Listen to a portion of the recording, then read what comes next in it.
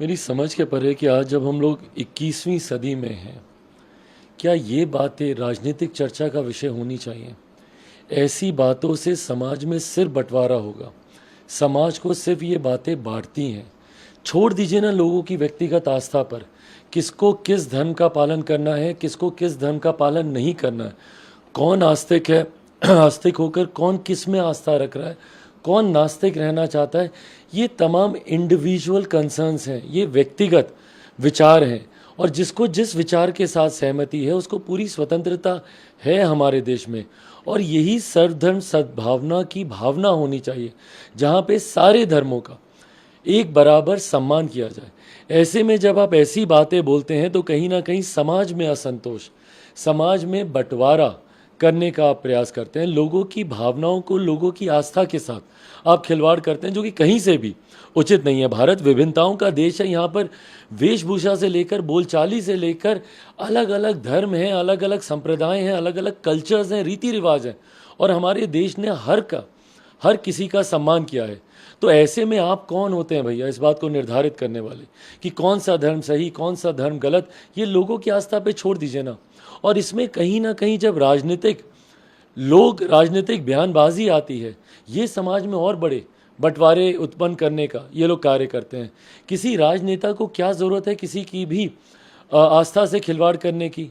और उसके बाद ताज्जुब मुझे इस बात का भी होता है इसकी टाइमिंग को लेकर।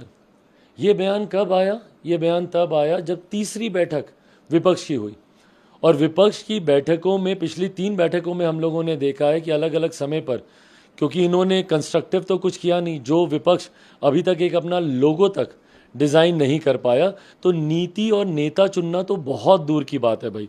पर ऐसे में हम लोगों ने देखा कि इन तीनों बैठक के बाद अलग अलग दल के लोग आए, उन्होंने अलग अलग जानकारियां दी। पिछली बार जब INDI का नाम आया तो वो किसी और ने बताया, अगली बैठक कहाँ पे होगी वो कोई और दल का नेता बता रहा है। इस बार भी सुप्रिया जी ने बताया कि भाई अगली बैठक संभवतः शायद दिल्ली में होगी। तो अलग अलग लोग इस बैठक से जब निकलते हैं तो अलग अलग बयानबाजी करते हैं, जो उस बैठक में जो चर्चा होती है। तो क्या ये चर्चा भी उसी बैठक में हुई? क्या मुंबई में जो बैठक हुई, क्या उसमें सनातन धर्म का विरोध करने को लेकर एक आम सहमति बनी? क्या उसमें ये चर्चा की गई कि बाहर जाकर हम लोग सनातन धर्म का हम लोग विरोध करेंगे, ताकि इसमें समाज में फिर एक बार विभाजनकारी सोच को बढ़ावा दिया जाए और उसका राजनीतिक लाभ ये तथाकथित जितने विपक्षी दलों का गठबंधन है, जो घमंडिया गठबंधन है, ये लोग उसका लाभ ले सकें? अगर इस सोच के साथ या इस सोच का जन्म अगर उस बैठक में हुआ है तो ये खतरनाक है।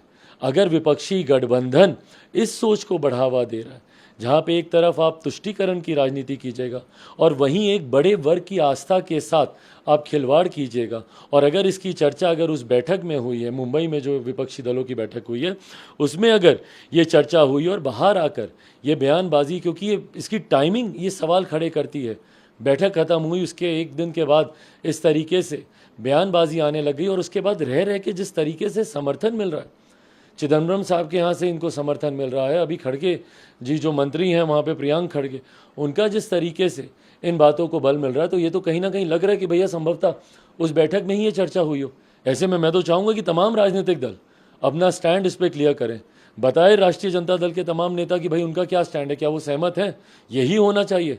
और एक बड़े वर्ग की आस्था के साथ आप लोग खिलवाड़ कीजिएगा ये सारी बातें बोलकर?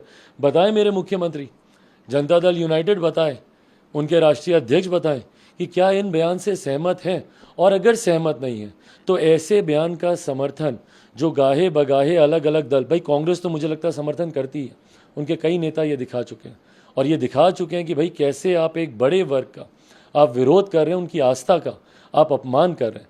तो ऐसे में बाकी दल भी अपना स्टैंड, जो विपक्षी गठबंधन के जितने दल हैं जो उस बैठक में मौजूद थे, बताएं कि क्या ये उस बैठक में ये डिसाइड किया गया था, और अगर किया गया था तो उसमें बाकी दलों की क्या राय है।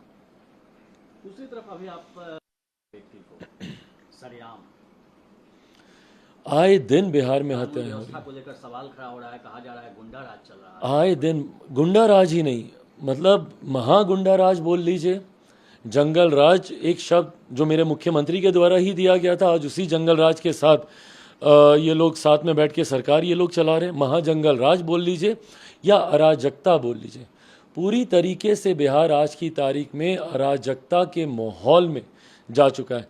आए दिन बिहार में हत्याएं हो रही हैं। पिछले दिनों बिहार के अलग अलग ज़िलों में हम गए, समस्तीपुर हम गए, हाजीपुर हम गए, गोपालगंज हम गए, अलग अलग ज़िलों में जहाँ पे हत्याएं हो रही हैं। और उस पर अफसोस इस बात का है कि मेरे मुख्यमंत्री, जिनकी प्राथमिकता बिहार और बिहारी होने चाहिए, उनके पास फुर्सत ही नहीं है।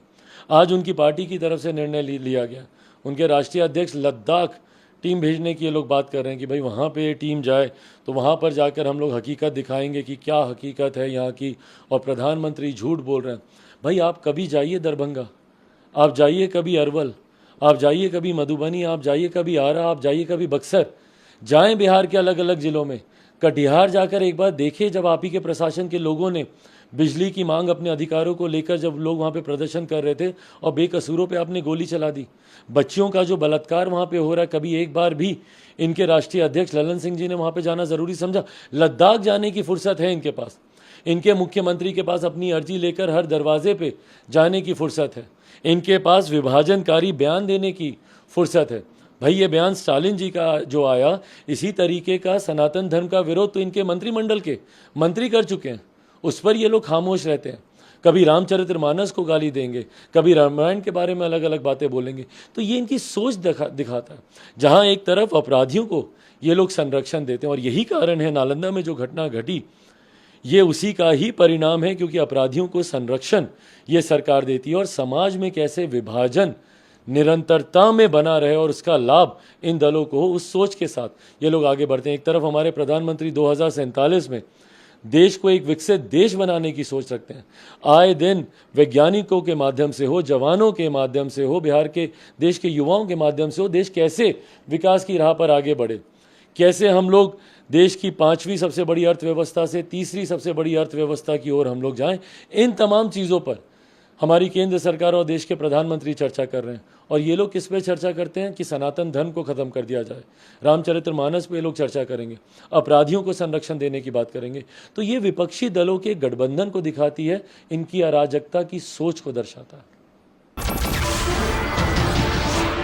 नमस्कार, मैं हूं मानक गुप्ता। अगर आपको हमारा ये वीडियो पसंद आया हो तो इसे लाइक और शेयर जरूर करें, और हाँ, हमें सब्सक्राइब और फॉलो करना ना भूलें, ताकि आप देश और दुनिया की कोई खबर मिस ना करें। तो जुड़े रहिए हमारे साथ और देखते रहिए न्यूज़ 24।